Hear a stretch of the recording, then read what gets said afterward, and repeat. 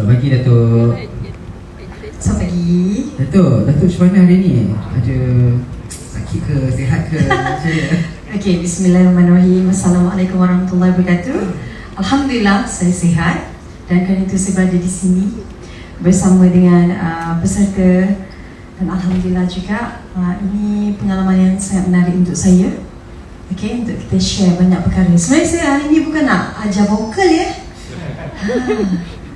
Jangan salah, kita tak belajar vokal hari ini tapi nak share banyak perkara dan insya-Allah berbeza daripada apa yang sebelumnya yang pernah saya sharekan ya, sedikit sebanyak apa kata untuk boleh kita jadikan apa ya, kita jadikan panduan, insya-Allah yang baik itu kita jadikan panduan, insya-Allah.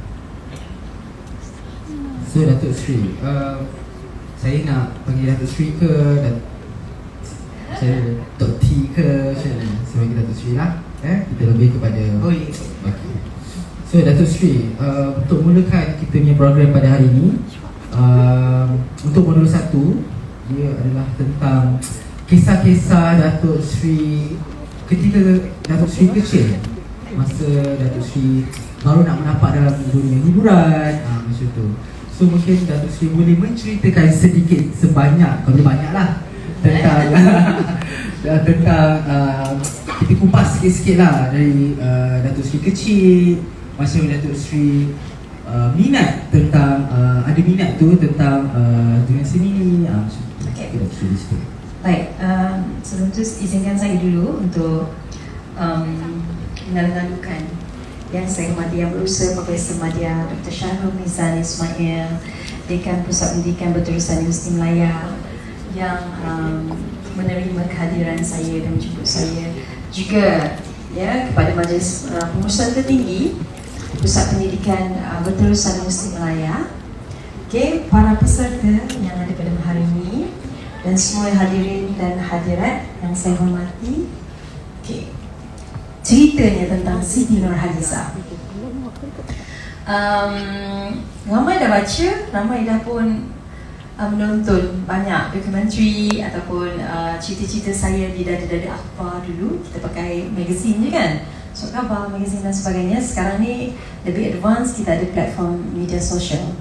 Okey, mungkin generasi-generasi yang sama dengan saya dah 44 tahun dalam industri, usia saya 44 tahun. InsyaAllah tahun depan 45, Alhamdulillah, syukur. Okey, saya nak menceritakan dari sudut yang berbeza sebab saya percaya hari ni yang hadir pun ada yang bahagian masih bergelar pelajar kan, student dan sebagainya. Saya Siti Nurhaliza, lahir di Kuala Lipis, lahir di Temerloh Pahang, dibesarkan di Kuala Lipis. Jadi orang Lepih lah, sebab mak saya memang orang Lepih. Ayah saya asal daripada Taiping, Perak. Okay. Dan saya ni dibesarkan sebagai anak anggota polis, tapi background ibu saya memang kesenian, maknanya daripada atuk dulu memang ada grup sendiri di kampung, nama family group, main violin dan sebagainya. Okay. Siti Nurhaliza bersekolah di sekolah rendah kebangsaan Clifford, Kuala Lipis, dan juga sekolah menengah Clifford, Kuala Lipis juga.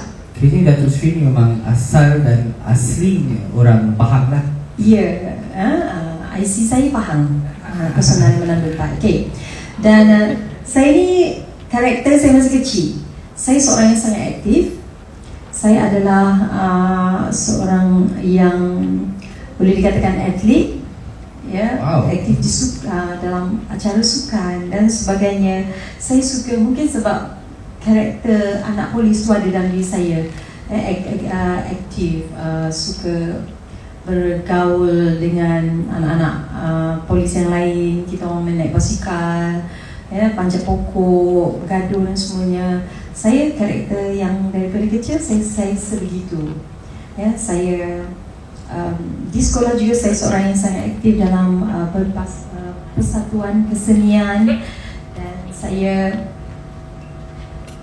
tak apa. Saya juga menyertai chorus speaking. Mungkin ramai yang tak tahu, saya tak pernah cerita. Saya dulu masa saya sekolah menengah, saya menyertai choral speaking, saya adalah conductor. Wow. Itu saya tak pernah cerita kan, sebab saya cerita sisi yang berbeza.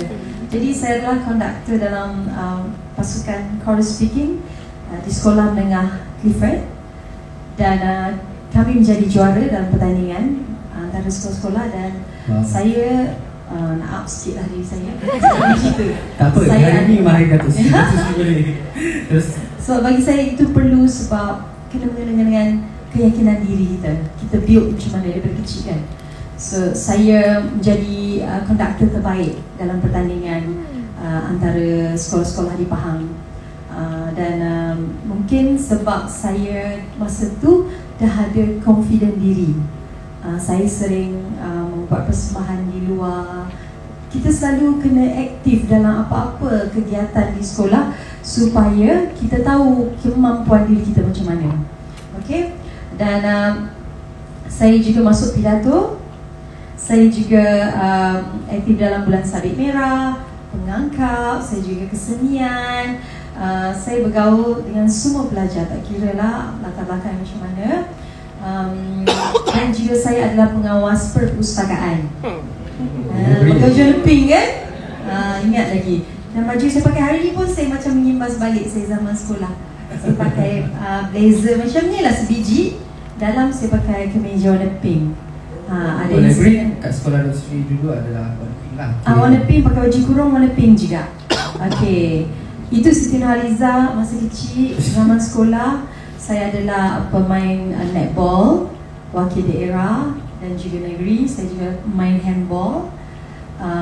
Handball adalah permainan yang paling saya suka. Sebab apa? Sebab dia sangat agresif, sangat mencabar. Karakter saya masa kecil macam tu. Sehinggalah saya boleh katakan saya memang berambut pendek macam tomboy katakan. Sampailah umur saya, dan selain pada cerita saya jual kuih, usia saya 10 tahun. Daripada usia 10 tahun saya menjual kuih sampai usia saya 15 tahun. Lama kan? Maknanya pengalaman saya masa kecil tu sangat berwarna-warni. Saya aktif di sukan, akademi pun saya okey. Maknanya tak adalah saya pelajar kelas dia ada kelas khas, dia ada kelas A, kelas B kan. So saya pertengahan lah, kelas A. Okay. Dan saya sisi kehidupan saya menjadi orang yang bertanggungjawab daripada kecil. Membantu ibu menjual kuih, itu dah banyak orang tahu. Umur saya 10 tahun sampai 15 tahun dihantar kuih di sekolah. Jual kuih di Pekansari, pasar malam di depan kawasan rumah. Pasar malam? Pasar malam saya jual. Ya. Jual apa ke pasar malam tu? Kuih, macam-macam kuih lah. Maknanya saya buka meja lipat kan, meja lipat tugas saya dan menjual kuih. Alhamdulillah, tanggungjawab yang saya galas daripada kecil tu membuatkan saya rasa ini yang saya bekalkan bila saya semakin dewasa, menjadi insan yang kena bertanggungjawab. Sebab apa? Sebab keadaan hidup yang saya rasa memerlukan saya menjadi begitu. Yang adik-beradik lain membantu juga, tapi masing-masing ada tugasan masing-masing. Tapi saya memang banyak ke depan. Okey. Itulah Siti Nurhaliza masa kecil. Terima kasih Datuk Sri. Datuk Sri mungkin boleh menceritakan tentang berapa orang adik-beradik dan mak ayah Datuk Sri. Mungkin perasaan yang tadi kan, maksudnya mungkin dia dikenali oleh orang di kampung Datuk Sri tu, maksudnya daripada sejak kecil ke, ataupun macam mana dia boleh buatkan Datuk Sri. Sebab Datuk Sri cakap ibu Datuk Sri sendiri adalah orang seni kan. So macam mungkin Datuk Sri boleh ceritakan sikit tentang itu. Okey, saya sebenarnya 8 adik-beradik, tapi seorang meninggal, so 7 orang. Saya anak yang tengah. Okey, berada dalam keluarga yang besar. Untuk ayah yang ketiga itu hanya bergelar anggota polis pangkat korporal. Saya ingat lagi gaji dia RM700 je. Ya. Dan inisiatif daripada ibu sendiri untuk bantu keluarga, itu yang jual kuih. Sebab ibu saya ada kelebihan masak sedap, buat kuih pun sedap. Okey.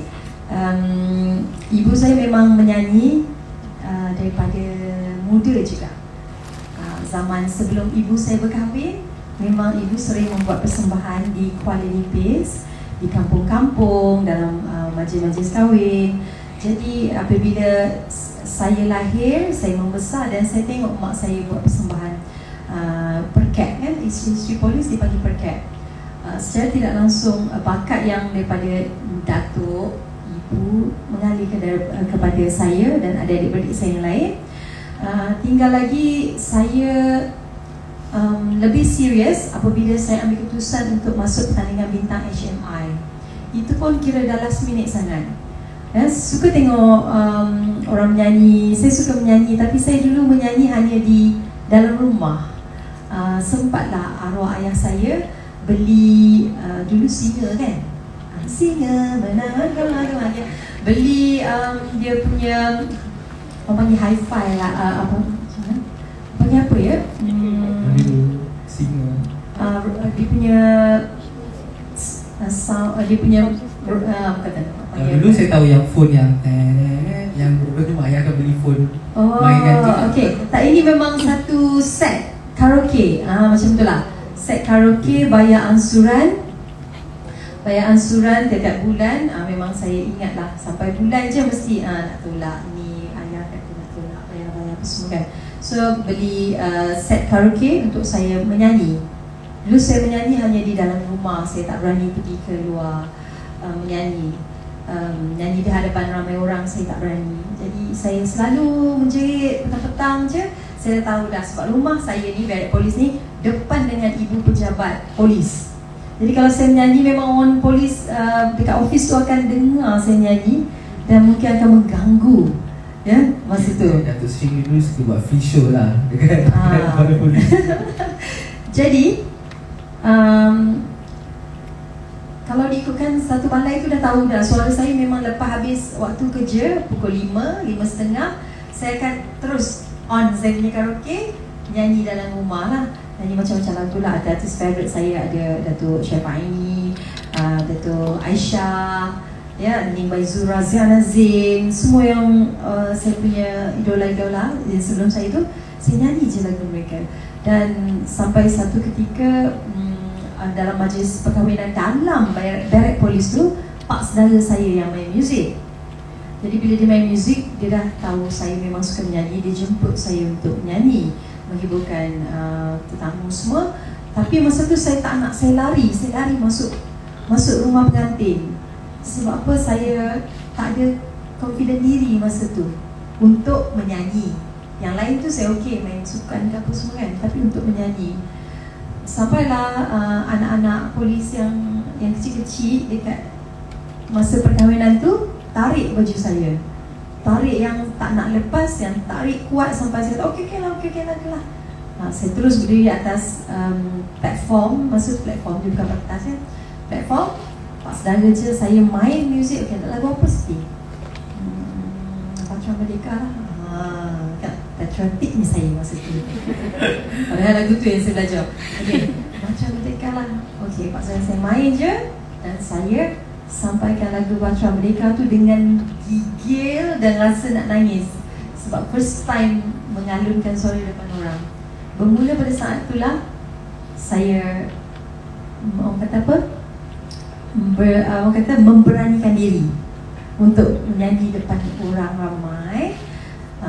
Dan start daripada tu juga pak saudara saya terus ambil saya ni jadi penyanyi dalam grup dia. Grup dia namanya Family Crew. Okay, nyanyilah tempat orang kahwin apa semua. Di situlah saya sebenarnya pengalaman saya tu banyak mendewasakan saya, mengajar saya tentang muzik adalah persembahan-persembahan dekat kampung ni. Sampailah dapat buat persembahan yang besar. Tuanku Sultan almarhum Sultan Pahang dulu melihat saya membuat persembahan. Masa tu saya kecil lagi lah, jadi dia orang tu kagum kan. Oh, pepalih budak ni, bagusnya nyanyi katakan.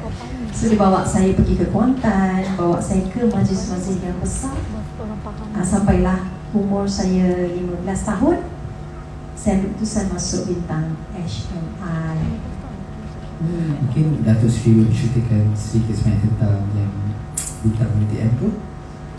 Okey, betul. Sebelum bintang HMI, sebenarnya saya pergi juga bertanding atau uji bakat untuk pertandingan lain. Contoh dulu ada Wirawan Ion kan? Pernah tahu tak? Oh, zaman saya. Betul, tahu tak Wirawan Ion? Ni bukan zamannya. Okey. Wirawan Ion, itu saya tak dapat ke peringkat seterusnya. Saya pernah masuk Asia Bagus. Siapa tahu Asia Bagus? Tahu kan? Asia Bagus saya sampai dekat Sungai Wang Plaza je. Dia buat pertandingan tu kan, uji bakat tu kat Sungai Wang Plaza. Saya tak dapat juga. Okey. Maknanya laluan saya tu bukannya sentiasa menang. Ada ketika permulaan saya memang gagal. Ya, saya belajar daripada setiap uji bakat saya. Apa ya saya kurang? Mungkin saya masa tu malu sangat kepo, kan, keran, nyanyi tegak je kan.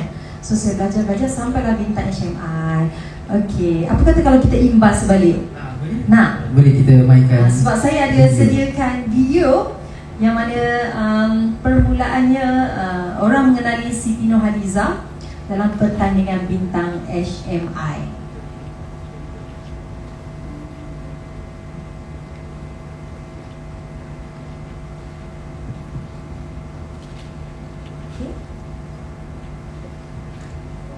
Saya nak katakan pada diri saya pada usia sekarang ni adalah Syabas Siti, Alhamdulillah. Okay, tak apa, itu biasa. Ada sedikit error biasa. Sebab kita tak apa buat, tak buat rehearsal kan? Tak buat rehearsal. So hari ni lah kita teruskan rehearsal. Okay, macam mana? Visual, okay? Allah, macam Afia kan? Saya selalu tengok balik gambar saya kan? Pada diri saya pada usia sekarang Tolong ni adalah kulit saya. Syabas Siti, Alhamdulillah Siti. Siti dah lalui satu perjalanan yang sangat mencabar, yang membuatkan Siti belajar banyak perkara. Saya bersyukur kerana saya bermula pada usia yang awal itu adalah titik permulaan. Dan saya bersyukur, Alhamdulillah. Terima kasih semua yang sebenarnya menjadi peniup semangat saya.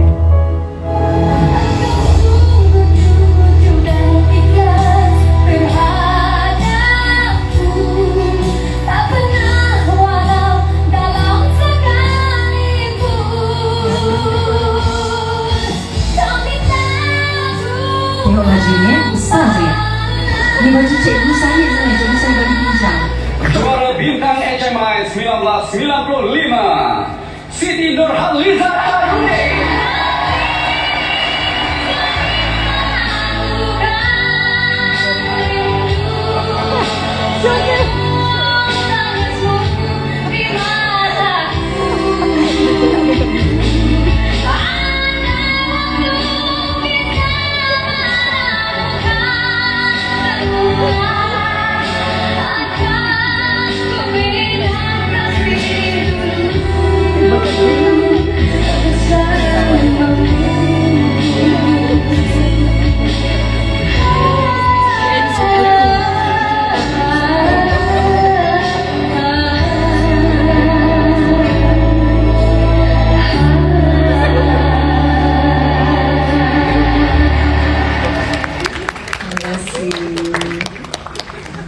Afia tu.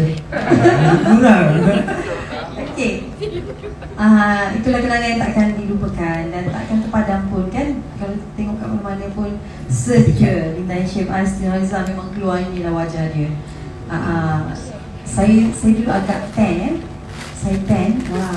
Sebab saya memang sentiasa berada di Padang. Okey, dan satu lagi baju yang orange saya cakap tu kan. Itu adalah baju daripada cikgu saya, cikgu kesayangan saya, Teacher Marlin saya panggil nama dia. Teacher Marlin ni guru bahasa Inggeris saya, guru tuition saya. Dia memang sayang sangat dekat saya. Kalau saya ada Siti nak pergi Kuala Lumpur, ada baju tak? Mesti dia tanya. Saya ada baju. Itulah baju yang dihadiahkan dekat saya, yang saya bawakan masa separuh akhir minggu, dalam pertandingan mingguan, dan Alhamdulillah sampailah ke final. Sedikit sebanyak cikgu pun beri impak dalam Betul. sangat. Okay, Datuk Sri, bolehkah kita ke segmen seterusnya? Modul kedua? Boleh. Okay, modul kedua ni adalah melakar masa depan pendidikan versus kerjaya dalam bidang seni. Okay. So Datuk Sri,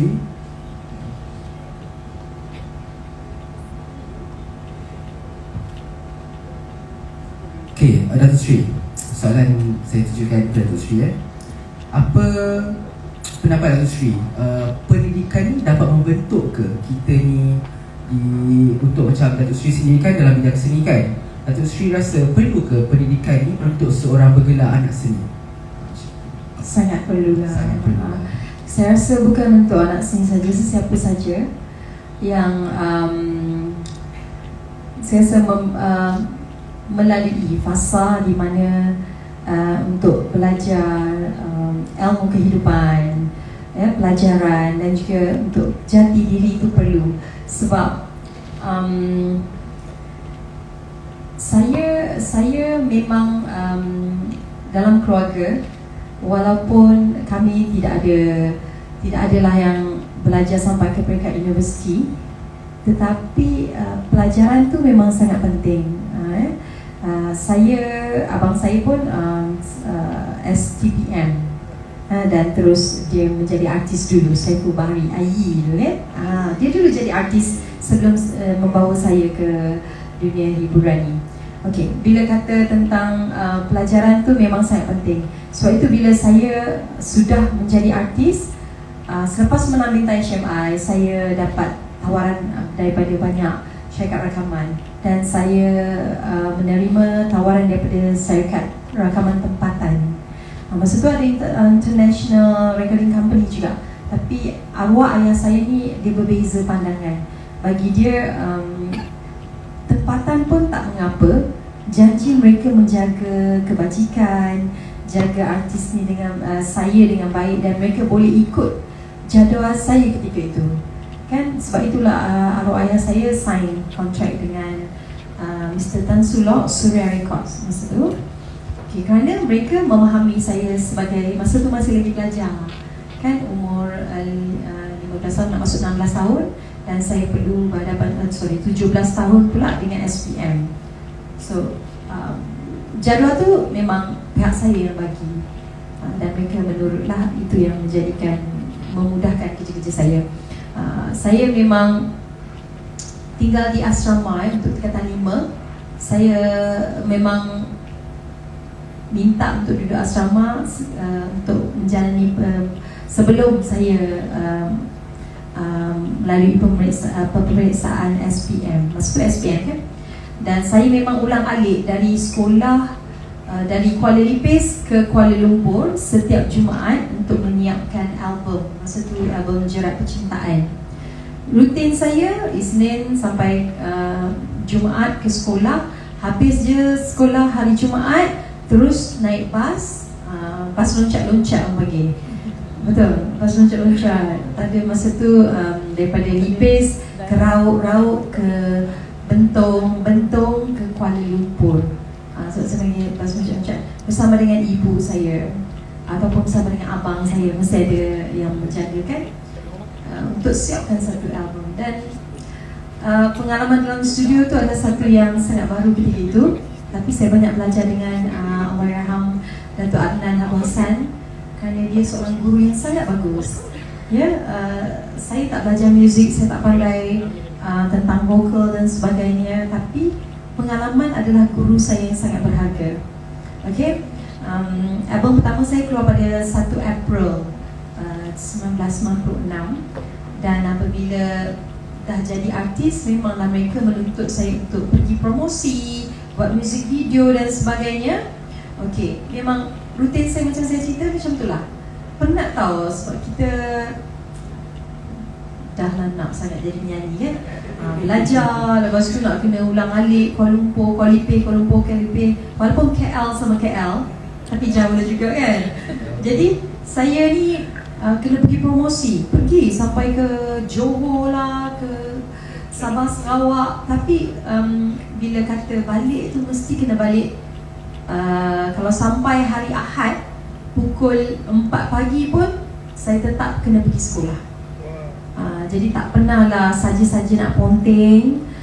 Saya tak begitu sebab pertama mak saya memang seorang yang sangat tegas kan. Kedua, saya pun rasa ada dalam diri macam serba salah kan. Macam kita guru pun tak ada macam apa ya, memberi halangan pada saya untuk menjadi penyanyi. So saya tak nak kepercayaan tu hilang. Okey, kepercayaan tu penting kalau bila kita dah diberi kelebihan, kepercayaan tu kena ada. So atas dasar kepercayaan dan tanggungjawab, saya pergi juga sekolah. Walaupun dekat sekolah saya tertidur pun tak apalah, janji saya kena pergi sekolah. Sempatlah saya buat promosi album ketika itu. Saya sampai betul-betul sebelum saya pergi sekolah, maknanya pukul 5 pagi. Saya terus siap-siap dan ambil beg sekolah, pergi ke sekolah. Itu adalah saya rasa satu pengalaman dan pengorbanan lah yang berharga. Kalau saya tak buat macam tu, mungkin kepercayaan daripada sekolah pun tak sebaik yang saya terima dulu kan. Dan seterusnya, Datuk Sri, tadi Datuk Sri ada katakan yang Datuk Sri buat album pertama Jerat Percintaan tu kan. Yeah. Mungkin Datuk Sri boleh menyanyikan sedikit untuk kami semua di sini lagu tajuk Jerat Percintaan tu. Datuk Sri nak nyanyi juga ya? Okey lah. sikit. Okey. Nak apa nak rekod? Pandai. Masa TikTok okay. Semua ingat lagi tak lagu Jerat Percintaan? Okey, ada saja nak test dia. Okey. Dalam pertemuan ini kita terperangkap sudah dalam jerat percintaan yang tidak disangkakan. Okey, ini versi suara dah tebal sikit. Zaman dulu, terima kasih. Zaman dulu suara saya kecil je. So budak sekolah kan. Okey. Tanpa saya sangka lagu Jerat Percintaan ni masuk pertandingan muzik-muzik, dapatlah ke semi-final dan dapat ke final muzik-muzik. Masa tu satu cabaran juga untuk saya, sebab saya dah tingkatan 5 dan perlu memberi fokus pada pelajaran. Okey. Saya pernahlah hati tu berbelah bagi. Okey, nak teruskan masuk pertandingan bintang, final muzik-muzik ataupun tak. Sebab ketika itu juga syarikat rakaman saya pun dah ready seorang penyanyi lain untuk gantikan saya sekiranya saya ambil keputusan untuk tidak meneruskan dalam pertandingan muzik-muzik final ni. Tapi bila hari yang saya tengok balik, hari yang berlakunya pertandingan akhir muzik-muzik jatuh pada hari cuti di Pavali, saya ingat lagi masa tu. Dan kakak saya ketika tu, Kak Rosie, dia memang menjaga saya ni. Sebenarnya kita orang kenal pun zaman sekolah ya. Kak Rosie jaga saya daripada saya sekolah rendah sampailah sekolah menengah dan menjadi kakak ipar saya ketika itu. Okey. Beliau memberitahu kepada family dan abang saya juga, minta permission, sayang sebab bila lagu dah sampai ke peringkat akhir, sayanglah apa yang saya perjuangkan daripada awal untuk lagu Jerat Percintaan tu kalau saya tak lunaskan kerja saya. Saya waktu tu berdebar-debar juga sebab saya kena minta permission daripada guru saya, guru hal ehwal pelajar. Dan saya ingat lagi, saya minta permission dia untuk pergi ke final muzik-muzik. Dan Cikgu Said ni, cikgu kesayangan saya juga, dia izinkan. Saya betul ke cikgu izinkan saya? Pergilah, cuti kan. Lepas tu, itu yang saya dapat masuk ke final. Dan membuat persembahan final muzik-muzik dengan lagu Jerat Percintaan. Alhamdulillah, ni semua Allah dah aturkan. Saya menjadi menang juara. juara lagu pada tahun tersebut dengan lagu Jerat Percintaan. So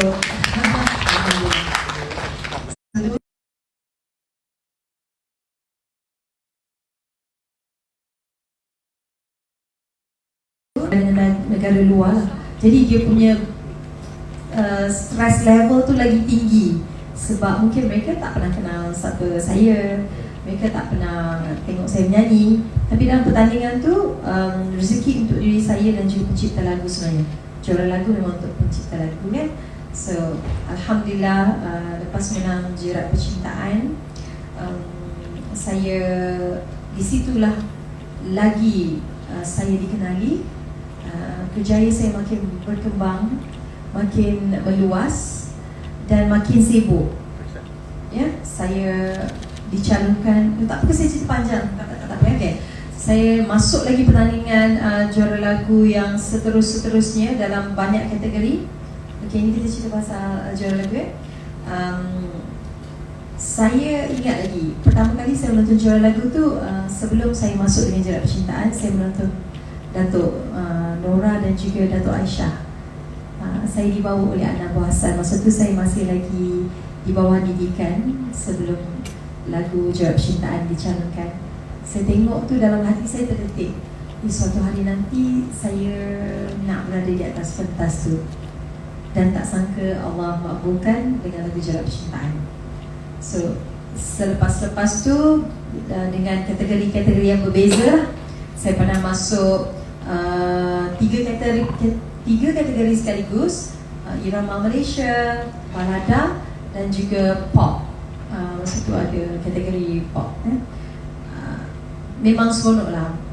Sebab apa, lagu dicalonkan, kita bertanding, usaha dan komitmen memang saya rasa saya bagi lebih daripada 100%. Sebab bila kata tiga kategori ni, tiga komposer yang berbeza dan saya tak ada pilih kasih dalam kerja saya kena buat yang sehabis baik. Alhamdulillah 96 sampai 2005 saya dah lebih 10 album.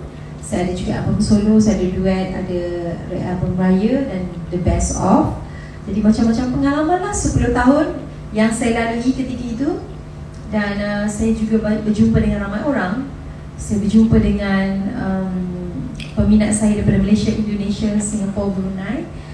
Dan banyak pertandingan juga saya masuk di luar negara. Contohnya saya terus cerita kat sini lah semuanya. Festival muzik pun saya pergi, 3 pertandingan yang saya pergi yang paling besar adalah yang pertama tu di Shanghai untuk pertandingan di sana saya dapat Gold Award. Kemudian di Australia saya dapat lagu terbaik menerusi lagu Azlan Abu Hassan. Dan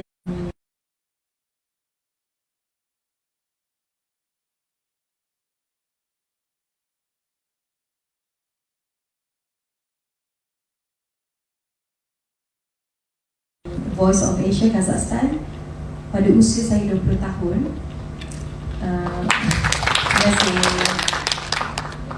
Okay, 20 tahun saya memang aim untuk saya buat solo konsert saya. Kita pergi konsert pula. Okay, first konsert saya adalah pada usia 20 tahun dan ia berlangsung di, siapa tahu? Konsert pertama saya Bukit Jalil. ya? Bukit Jalil. Betul. Di Bukit Jalil sekarang ni dipanggil Aziata. Okey, di Bukit Jalil ni pada usia 20 tahun saya memang kata pengalaman tak banyak lagi. Tapi keinginan dan juga kesungguhan tu memang sangat-sangat tinggi. Saya dididik oleh Pak Ngah Suhaimi ataupun Pak Ngah. Semua tahu kan Pak Ngah? Apa yang saya nak lakukan, kalau anda boleh tengok balik dekat YouTube, mana yang pernah tengok kan, pelbagai yang saya cuba, main percussion, menari dan sebagainya. Dan saya tak sangka dia punya sambutan ketika itu sangat luar biasa. Dan saya rasa dalam hidup kita, apa yang saya nak relatekan dengan benda semua yang ada ni. Dalam hidup kita, kita perlu ada planning. Planning kita untuk 3 tahun ke depan, 5 tahun ke depan, 10 tahun ke depan. Dan itulah yang dilakukan oleh pihak SRC, company saya dulu, dan juga pihak Siti Nurhaliza Production dulu. Sebab bila kita ada planning untuk 2-3 tahun ke depan, 5 tahun ke depan, 10 tahun ke depan, kita dah tahu kemampuan kita untuk capai. Adakah planning kita berjaya ataupun memerlukan masa yang lama. Jadi Alhamdulillah, apabila kerjaya saya berjalan dengan baik, diatur dengan baik, time management tu pun sangat penting. Dalam hidup kita, setiap orang ni kita kena tetapkan dalam diri kita, okay, tak payah jauh, kita ambil 3 tahun. 3 tahun saya nak capai apa, ya? 5 tahun saya nak capai apa dalam kehidupan. Sekiranya tak capai tu, maknanya ada benda-benda yang kita masih kurang dalam diri kita. Mungkin keyakinan diri kita, atau mungkin ilmu kita, atau mungkin juga kita salah dari segi planning. Ya. Sebab kadang-kadang bila kita planning dan kita cara nak mencapai itu pun penting juga. So apa yang saya cerita banyak-banyak tadi kan, bukan nak cerita tentang kejayaan, tetapi bagaimana kita nak mencapai kepada kejayaan yang telah pun kita plan ataupun yang kita inginkan. Sebab bagi saya sekarang ni keadaan dunia sangat-sangat mencabar. Ya, kalau kita tak ambil peluang yang ada depan mata, kita tak bergerak dan mencabar diri kita, kita jadi orang yang ketinggalan. Kan? Sebab semua orang ni berbusu-busu, semua nak jadi orang yang berjaya, semua nak jadi business woman, semua nak jadi businessman, semua nak jadi orang yang lebih baik. Sebab penting juga kita bermula daripada kita muda. Dan kalau kita pada saat sekarang pun tak terlambat. Tinggal lagi macam mana kita kena tukarlah cara pemikiran kita, cara kita bertindak dalam sesuatu perkara. Okey, Alhamdulillah. Saya bersyukur juga kerana saya terima baik oleh peminat saya di Indonesia, dan itu membuka lebih banyak peluang saya. Okey, konsert saya, untuk pengetahuan, konsert pertama saya mengeluarkan wang saya sendiri. Sebab apa? Permulaan untuk mendapat keyakinan orang tu memang susah. Dalam hidup kita ni memang kadang-kadang kita nak mengharapkan orang duit orang sediakan untuk kita. Betul. Memang sukar. Lebih baik kita tunjukkan dahulu kemampuan kita, dan daripada situlah keyakinan daripada orang sekeliling ataupun sponsor kita, offer-offer yang lebih baik itu akan datang. Ya. Konsert saya yang paling saya rasa paling gah ketika saya sebelum berkahwin ni ialah konsert di Royal Albert Hall London. Itu yang paling kita nanti-nantikan lah sebenarnya yang cerita tentang tu. Tapi boleh tak kita impas dulu video yang kedua tentang Datuk Sri Siti Nurhaliza? Ya, boleh. Lepas ni kita buka untuk ada soalan ya? Boleh? So mengantuk ke? Korang ngantuk ke? Takkanlah ngantuk. Serius lah. Okey, kita tengok. Okay, boleh upkan dia punya sound? Kau naikkan sound.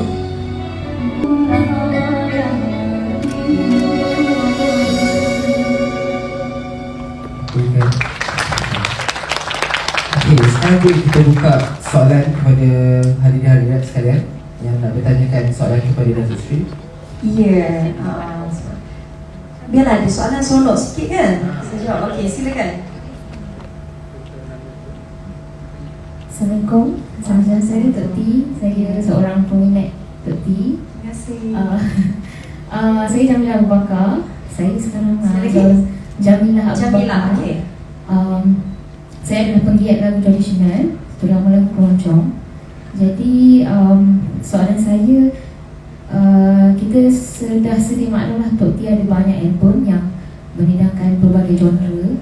Jadi bagaimana Tok T yang kekalkan identiti Datuk Sri dalam setiap lagu yang dikompos oleh komposer luar, dan mungkin genre yang mereka bawakan tu sedikit berbeza daripada style yang Datuk Sri selalu nyanyikan. Dan macam mana Tok T menyesuaikan genre tersebut dengan gaya Datuk Sri sendiri. Itu sahaja. Terima kasih. Okey, terima kasih. Terima kasih. Baik, betul ya, setiap penyanyi dia mesti kena ada identiti dia sendiri supaya senanglah nanti orang bila dengar, oh ini Siti Nurhaliza, oh dengar bila ini Ziana Zain kan. Jadi dulu artis dulu memang terkenal dengan identiti sendiri kan. Kita boleh dengar dan kita pecah mata je, kita tahu itu suara artis-artis yang tertentu dan sebagainya kan. Namun tak terlepas jugalah bila dah zaman-zaman saya, selepas saya kan, ramai juga yang suka samakan suara dia macam ni lah, suara dia sama macam artis tertentu dan sebagainya kan. Bagi saya dalam mencari idola tu, memang saya pun macam tu juga. Idola saya adalah penyanyi yang lama sebelum ni, Aisyah, ya, Datuk Aisyah. Saya suka Celine Dion, saya suka Whitney Houston, saya suka Datuk Sulaiman Haji Ashad juga. Jadi bila saya selalu membawakan lagu mereka, kadang-kadang kita terbawa-bawa cara artis yang kita idolakan. Namun masa dalam studio, memang saya katakan arwah Datuk Anand Buasan ni banyak ajar saya tentang feel. Okay, sebab bagi dia menyanyi ni kena ada feel. Kalau tak ada feel, dia tak lengkap, tak sedap didengar dan tak menusuk ke dalam hati, dan juga orang tak akan ingat kan. Bila kita menyanyi dengan dengan biasa-biasa je, dia mesti kena ada feel. Dan Siti punya cara ni adalah saya cuba create mula-mula. Saya create je mula-mula. Bila saya dalam proses rakaman album tu, saya dibagi lagu oleh setiap komposer. Memang saya ambil masa satu lagu tu dalam 2-3 hari untuk mahirkan dia punya melodi. Dan saya akan cari dia punya style, dia punya feel lagu tu. Dulu saya popular bila orang tahu Siti Nurhaliza ada style nyanyi macam angsa sikit kan. Misalnya saya suka macam saya suka splitkan suara saya kan. Saya tak tahu apa teknik tu sebab saya tak belajar vokal kan. Jadi itu adalah apa yang saya belajar dengan diri saya sendiri dan juga sound yang saya dengar apa semua. So saya punya teknik adalah, orang dulu ingat saya kan, jadi saya suka masa macam nyanyi ala-ala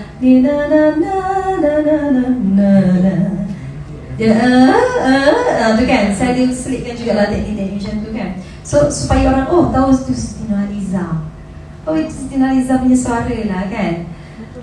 Tapi makin lama makin saya faham tentang cara menyanyikan sesebuah melodi tu. Saya lebih suka kepada nyanyian yang merdu dan yang lebih macam Pak Ngan cakap lah, Siti kau jangan terlebih-lebih sangat dan jangan kurang pula. So dia dengar dia sedap-sedap aja, ya. Jadi itu yang saya banyak belajar daripada guru-guru saya, Pak Nga dan sebagainya. Jadi lebih kepada tone suara, feel yang kita cuba nyanyikan, itu yang saya kekalkan sampai sekarang lah. Jadi bila orang kenal Siti Nurhaliza, dia ada feel dia tersendiri, cara nyanyian tersendiri. Saya dapat lagu daripada Indonesia lah, saya dapat lagu daripada komposer-komposer yang berbeza. Tapi saya cuba untuk kekalkan cara nyanyian saya. Mungkin ada lembut dia, ada part yang saya sebutan-sebutan, itu pun penting. Cara-cara kita dalam sebutan tu kan memainkan peranan yang penting juga dalam mencantikkan lagi melodi nyanyian. Dan satu lagi saya nak beritahu, kalau ada penyanyi-penyanyi yang nak menjadi penyanyi yang versatile, saya harap mereka belajarlah lagu tradisional, lagu irama kita. Sebab daripada nyanyian tradisional ni sebenarnya dia banyak membentuk kita untuk mahir menyanyikan lagu-lagu irama lain sebenarnya. Sebab apa tau? Tradisional ni bukan senang Tradisional, dia ada air dia. Adik-adik belajar keroncong kan? Keroncong lagi susah. Saya keroncong, saya okey-okey. Saya tak ada terror sangat. Sebab tu bila orang yang pandai nyanyi lagu keroncong, lagu-lagu ghazal, Masya Allah, saya memang salute tu. Sebab bukan senang nyanyikan air lagu ghazal ni. Bila dia dah pandai, kalau penyanyi-penyanyi baru ni, dia memang terror lah bab lagu ghazal, keroncong. Lagu-lagu lain tu macam senang sangat. Nak nyanyi lagu ballad ke, nak nyanyi lagu apa ke, sangat mudah. Sebenarnya ramai orang tak tahu pun pasal ni. Sebab apa? Sebab saya pun belajar banyak lagi teknik nyanyi bila saya start rakam album Cindai. Sebab masa tu lah saya kena nyanyi lagu asli yang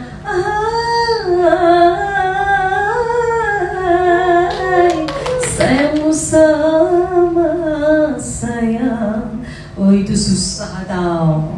Susah. Pertama pernafasan kan. Pernafasan tu kena panjang, kena betul. Lenggok tu kalau pergi ke lain, dah jadi lagu lain pula. Jadi percayalah, tak rugi kalau anda belajar irama Melayu, irama tradisional. Sebab dia akan membaikkan, membaguskan lagi kita dalam nyanyian lagu-lagu lain. Ya. Okey, ada lagi soalan? Satu lagi soalan sebelum kita. Assalamualaikum Tok T. Assalamualaikum semua. Sesungguhnya, sejujurnya saya amat kagum dengan perjalanan hidup Tok T sehingga menjadi seorang artis yang sangat luar biasa dan sangat hebat sekali. Dan juga saya yakin semua rakyat Malaysia pun juga kagum dengan Tok T. Okay, soalan saya lah Tok T. Begini, saya tertarik dengan nasihat yang Tok T bagi tadi, iaitu hidup ini kita perlu ada planning. Betul. 3 tahun, 5 tahun. Dan sekiranya tak jadi, mungkin kita salah planning. So di dalam kehidupan Tok T sendiri, ada tak planning Tok T yang belum berjaya atau belum tercapai impian Tok T? Terima kasih. Terima kasih. Saya Hartini dari Yayasan Kebajikan Negara. InsyaAllah, terima kasih. Hartini, terima kasih kerana datang. Okey, bukan saja student ni bukan student yang berkejaya pun hadir juga sesi ni. Terima kasih banyak. Mungkin kita boleh ambil ni untuk dari sudut yang berbeza kan, walaupun saya dalam bidang seni, tapi sebenarnya kejayaan-kejayaan lain pun sebenarnya sama je kan. Dalam hidup kita ni perlu ada planning, time management, apa yang kita nak capai kan. Dan tadi soalan tadi, apabila planning yang saya dah buat, ada tak yang saya tak capai? Sekejap Semua capai. Okay. Semua capai. Okay, so far Alhamdulillah, setakat ni memang dari segi kejaya, saya rasa Allah tu memberi saya banyak kemudahan. Dan yang paling penting, saya rasa planning saya tak satu, planning saya ada 2. Kita kena ada planning A dan juga planning B. Okay, contohnya adalah dalam urusan kejayaan saya yalah, kalau paling pendek lah saya boleh katakan, untuk tahun depan saya memang ada planning dah. Okay, planning kita adalah A, saya nak buat konsert yang besar di Axiata. Okay, dan planning saya B, kalau tak dapat buat konsert besar kat situ, saya ada plan yang berbeza lah. Saya ada persembahan yang saya dah plan untuk peminat-peminat saya untuk album saya. Dan planning C saya adalah itu untuk kerja yang menyanyi lah kan. Saya nak buat persembahan eksklusif ke, macam persembahan dinner show, tapi kita dah plan lah pada bulan berapa. Sebab 1 tahun tu kan sebenarnya kalau ikutkan pendek kalau kita tengokkan betul-betul dengan kerja-kerja yang kita nak buat tu. Tapi ada orang setengah rasa 1 tahun lamanya nak buat. Sebab apa? Tak ada planning. Kan? Betul. Bila tak ada planning tu kita rasa lambat lagi nak tunggu bulan 5 ke bulan 6, bulan 7. Tapi kalau ada planning kita rasa cepat sebab tak sabar. Ya? So yang tak pernah, tak pernah. Yang tak jadi macam planning saya, lebih pada peribadi lah. Kalau saya imbas baliklah dulu planning saya lepas kahwin, saya nak turun ada cahaya mata, tapi Allah tak bagi. Allah tu suruh saya menanti sampai 11 tahun. Ya, planning saya itu yang saya rasa paling besar dalam diri saya, bagi impact yang besar. Sebab sebagai seorang wanita dan sebagai seorang yang dah pun berkahwin, saya nak cahaya mata, dan waktu umur saya pun makin lanjut kan, makin meningkat. Jadi planning peribadi tu memang Allah banyak duga saya dari segi cahaya mata. Tapi bila saya fikir balik, kenapa Allah tak bagi saya? Allah ada perancangan yang terbaik. Sebab waktu tu saya ialah saya berkahwin dengan yang punya anak 4 orang. Itu adalah masa untuk saya mengenali dan saya membiasakan diri saya dengan kehidupan yang dah ada anak, untuk saya fahami mereka. Dan ketika masa berjalan, alhamdulillah situasi makin baik, dan kita pun menjalaninya dengan alhamdulillah, tak ada dugaan yang besar, ya. Dan sampai waktu, saya rasa 11 tahun tu lama kan, kenapa Allah tak bagi lagi. Saya pun pernah juga putus asa, pernah cakap kita ambil anak angkat lah kan, sampai satu tahap begitu. Tapi kerana saya kembali semula, ini rezeki daripada Allah, dan saya selalu berjumpa dengan Ustaz cakap kena yakin pada Allah.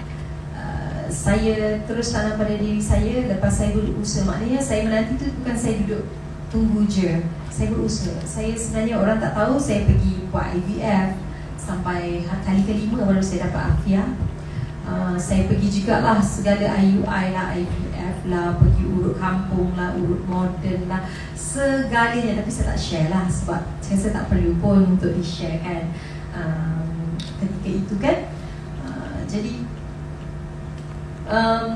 tetap berusaha dan berusaha sampai ketika suami saya kemalangan. Kemalangan, dan itu satu tempoh yang saya mencabar, yang saya kena stop dari kerjaya saya sampai saya rasa 6 bulan untuk menjaga suami itu. Teruk juga lah untuk kemalangan. Kalau ada yang tak tahu, semuanya saya buat macam jaga baby. Betul, mandikan, makan, pakai, cuci bersih, dan semuanya saya buat. Waktu itulah Allah kata, ini dugaan untuk saya, menguji saya sebagai seorang isteri, kesabaran saya juga. Dan bayangkan kalau masa tu saya ada anak kecil je, mungkin saya tak boleh nak handle semua tu kan, dan saya tak boleh berikan sepenuh penjagaan kepada suami saya. Dan alhamdulillah selesai, suami saya sihat dan kembali aktif, tak nampak macam orang aksiden kan. Saya bersyukur saya. Masa tu time saya rasa, kenapa cepat? Macam cepat dah baik dah. Kita pula rasa macam tu sebab kita berikan segalanya kan. Alhamdulillah. Selepas itu Allah masih, saya rasa Allah sangat baik dengan saya. Sebab apa? Sepanjang saya mula menyanyi, peminat sangat menyayangi saya, support saya sampai saya kahwin. Peminat ada berpatah arah juga sebenarnya. Sebab masa tu sangat mencabar persepsi orang, kata-kata dan sebagainya. Sebab bagi saya ialah kehidupan kita kena lalui kan. Kalau betul lah niat dan kita punya cara, Allah pemudahkan.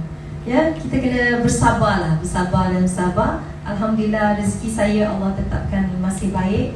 Peminat, selepas itu saya terus buat album lagi. Peminat kembali semula kepada saya, memberi sokongan sampailah hari ini. So maknanya nak kata planning yang tak tercapai tu lebih pada peribadi, cahaya mata, tapi Alhamdulillah Allah bagi tepat pada waktunya. Ya, sekarang ni saya dapat bermanja dengan 2 orang cahaya mata yang sangat yang hebat. Alhamdulillah Allah beri yang terbaik, dan ini waktunya yang yalah pada usia yang mana walaupun suami saya 64 tahun, saya 44 tahun kan, ada anak kecil dalam rumah. Tahu tak macam mana perasaan dia kan? Anak-anak semua dah besar, ada yang dah berkahwin, ada tumpu. Allah nak tengok kita jadi orang bersyukur ke, orang yang sabar. InsyaAllah setiap kesabaran tu akan ada dia punya liku-liku. Ya, liku, dan juga Allah akan bagi balik setiap sabar yang kita ada dalam diri, imbuhan dia. Itu dia. Terima kasih Datuk Sri sebab sudi Sama-sama. menceritakan dan meluangkan sedikit sebanyak. Dan satu lagi tak soalan? Okey tu. Okey. Sikit je.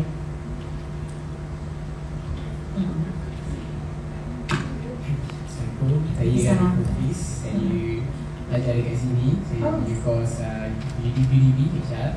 Ambil course apa? Human Resource. Oh, okey. So, saya nak tanya Datuk Sri, sebab Datuk Sri cerita tadi, Datuk Sri pengalaman sebagai seorang penyanyi bermula dengan sebagai seorang pelajar juga. Betul.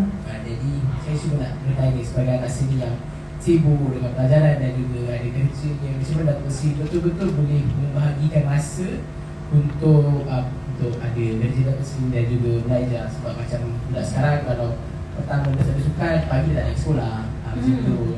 So macam Datuk Sri boleh macam pukul 4 pagi pun still tak pergi juga. Semangat dalam sekolah tu macam Datuk Sri boleh ada nak macam azam nak pergi juga. Ya. Nama lagi apa? Nama saya Arif. Arif. Arif. Sama cucu saya. Arif jiwa. Okay. Terima kasih Arif. Terima kasih. Okay. Soalan macam mana saya nak membahagikan masa tu dengan komitmen sangat banyak. Okay. Sebab itulah dalam apa saja yang nak buat tu, time management macam saya katakan tadi, dan support system daripada orang sekeliling. Support system tu paling kuat saya lah. Sebab masa saya sekolah dan saya dah mula recording, ibu saya memang orang yang memainkan peranan yang sangat penting. Dia tak bagi langsung saya nak ponting-ponting sekolah. Sebab ada penjagaan yang ketat tu lah, saya rasa saya jadi orang yang berdisiplin dari segi ialah membahagikan masa. Selain daripada tu, saya rasa penting juga dalam diri kita ni kena ada rasa tanggungjawab. Daripada muda, kalau kita pupukkan rasa tanggungjawab dalam diri, ya, kita akan jadi orang yang macam mana? Kalau anda tanyalah semua insan yang berjaya dekat dunia ni, tak payah jauh lah, dekat Malaysia ni, macam mana dia bermula dengan hidup dia, memang anda akan dengar cerita pengalaman dan pengorbanan dia orang. Macam mana dia orang bekerja daripada muda, daripada kecil. Ada yang berjualan, ada yang susah, kutip tin dan sebagainya. Memang saya pun banyak pergi sesi-sesi yang macam ni bersama dengan orang-orang yang berjaya. Memang kisah kehidupan dia tu sama. Daripada kecil dah ada tanggungjawab yang besar. Daripada kecil dah kena buat macam-macam benda. Daripada kecil dah kena berkorban. So yelah, saya pun ada anak. Saya pun tengok anak saya. Of course saya tak nak anak saya rasa macam mana saya rasa dulu, kan? Kita nak anak kita kalau boleh nak yang bagi yang mudah aja, nak beri dia segala yang terbaik. Tapi kadang saya fikir juga, kalau kita asyik memanjakan, kita mungkin tak dapat mengajar anak kita erti kesusahan, kan? So saya haraplah dan saya ingatkan diri saya, Afia nanti pun saya nak dia jadi macam mana toughnya saya, ya. Maknanya daripada kecil pun saya dah nak ajar dia untuk bagi komitmen, jangan mudah sangat dalam kehidupan. Maknanya ibu sekarang ni pun kalau ada anak, cuba bagi dia buat berbagai aktiviti supaya daripada situ kita boleh nampak keterampilan dia dan juga kebolehan dia. Bila ada kebolehan tu, dia anak-anak ni kan, kalau kita cabar dia, dia akan jadi insan yang matured, yang berani ke depan. Macam Afia, saya tengok dia suka challenge. Sebab tu kalau saya nak bagi dia buat kerja, saya okey Afia, ibu ada challenge. Kalau Afia buat ni, Afia akan dapat hadiah ni. Afia, bukanlah kita nak suruh hadiah, tapi kita nak bagi semangat dia. Okey, Afia suka. Sebab tu bila dia belajar, kadang kita ajar satu-satu, dia macam susah nak follow sebab mungkin dia dah tahu, tapi okey, Afia nak pergi terus kat challenge lah ibu. Dia terus minta nak pergi kat challenge. Okey, so didik diri daripada muda untuk challenge, buat 2-3 kerja. Kalau tak boleh buat 3, buat 2 kerja dalam satu masa. Sebab apa? Daripada kerja yang kita cuba ambil ni, berbeza ni, daripada situlah kita cuba untuk manage kita punya masa. Saya sebab daripada kecil tu memang kehidupan saya yang membuatkan saya kena buat macam tu. Kena buat 2-3 kerja, kena berkorban lah, penat macam mana pun, mengantuk lah, nak pergi sekolah tapi kena pergi juga sebab mak kata tak boleh, kena pergi sekolah. Sebab tu daripada rumah, daripada ibu, daripada kecil kita dah kena terapkan disiplin dan juga cabar pada diri dan jadi orang yang multitasking. Dan barulah kita tahu kita boleh handle ke tak. Okey, menjawab tak? Okey, thank you. Alright. Kita tekan dulu untuk Datuk Siti yang banyak berkongsi ilmu dan cerita tentang media pada hari ini. Dan kita akan break sebentar untuk setengah jam dan kita akan bertemu semula di sini bersama Datuk Siti Nurhaliza. Dan untuk, kita bagi masa bagi dia untuk kisah seterusnya. Kita kisah yang seterusnya lah. Okay. Alright. So saya ingin sebut Datuk Sri untuk kita ke belakang. Ada juga student Malaysia, Indonesia, Brunei, Singapore. Mana yang mengenali Siti Nurhaliza. Ada juga daripada local juga dan orang London yang turut datang menyaksikan persembahan saya. Itu adalah satu persembahan yang memberi makna yang besar dalam kejayaan saya sampai saat ini. Kebawah Duli, almarhum Kebawah Duli Yang Maha Mulia Sultan Pahang dulu pun turun berangkat bagi support sebab anak Pahang kan. Saya tak sangka saya, Masya Allah. Itu memang momen yang sangat istimewa dan juga nak menjadikan dia kerja keras, wang tu tak dinafikan. Saya keluarkan wang sendiri, wang poket sendiri juga untuk merealisasikan persembahan di Royal Albert Hall London. Memang banyak, ya, lebih daripada 1 juta keluar duit sendiri. Tapi sebab saya rasa ini perlu untuk diri saya dan kerjaya saya dan nak membuktikan orang Malaysia juga mampu berada di atas pentas Royal Albert Hall London, kan? Itulah pengorbanan sebenarnya, ya. Kita dalam kehidupan, setiap apa yang kita nak capai mesti ada pengorbanannya. Okey? Alhamdulillah,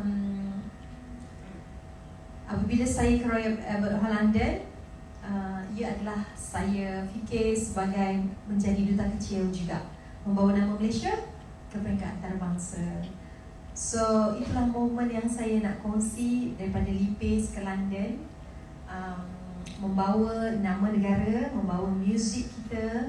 Saya sampaikan juga beberapa segmen lagu pop saya, lagu tradisional khusus untuk persembahan di sana, dan ramai penonton daripada luar negara sangat menyukai segmen tradisional tu. Maknanya muzik kita ni muzik yang sebenarnya boleh kita perdendamkan, kita ketengahkan di peringkat antarabangsa. Sangat unik, ya, dengan tarian, dengan muziknya, alat muzik dan sebagainya. Itu yang membuatkan saya selalu, kalau pertandingan luar negara, saya confident bila saya akan selitkan lagu tradisional saya dalam lagu yang dipertandingkan, dalam saya persembahkan. Saya rasa ada ekstra kelebihan apabila saya sampaikan lagu. Contoh, saya nyanyikan lagu Cindai, Nirmala, Balkis, dia orang akan macam wah, sebab kita ada lagu yang sangat bagus. Tinggal lagi kita perlu ada keyakinan diri dan jati diri yang tinggi. Kalau kita ada jati diri yang tinggi, kita nak bawa lagu kita nak nyanyi lagu putih, nak nyanyi lagu ballad saja, pop dan sebagainya. Sebab saya rasa kelebihan yang ada itu tak ada pada negara lain. Itulah lagu irama tradisional. Itulah cerita dia. Kalau di base ke London, Datuk Sri, Datuk Sri kan mesti ada ke impian nak ke sana semula, nak melakukan persembahan itu lagi. Betul. Kalau ditanya, saya akan jawab ya. Saya nak balik semula ke Royal Albert Hall London sekiranya ada rezeki, ada peluang, dan saya sudah betul-betul bersedia dengan dengan tim saya untuk buat persembahan di sana. Saya ni macam ibaratnya tunggu orang offer je. Kalau ada offer je, saya kata ya, saya nak buat. InsyaAllah, doakan sekali. InsyaAllah. So, macam perjalanan yang Datuk Sri ceritakan ni, macam ada liku-liku dia, ada orang kata manis dia, ada pahit dia kan. Mungkin Datuk Sri boleh menceritakan cabaran yang Datuk Sri lalui sepanjang Datuk Sri kat sana. Macam mana penerimaan orang-orang kat sana terhadap lagu-lagu yang Datuk Sri sampaikan. Macam Datuk Sri boleh menceritakan sedikit. Cabaran yang paling tinggi adalah memang duit lah. Sebab semuanya perlukan, semuanya ada kos, semuanya perlukan uang yang secukupnya. Memang dalam kehidupan kita ada satu ketika kita perlu macam pejam mata lah. Okeylah, saya keluarkan duit ni, sebab impact dia tu sangat hebat. Ya, impact untuk saya terima selepas persembahan di Royal Albert Hall London memang sangat besar. Daripada situ, selain daripada kejayaan saya makin berkembang-kembang bagus, saya juga dapat kepercayaan daripada produk-produk jenama antarabangsa yang nak hire saya sebagai duta, yang memerlukan komitmen saya sebagai orang kata wakil mereka. Contoh macam saya pernah dulu saya menjadi duta Pepsi, saya pernah jadi duta Maybelline, saya pernah jadi duta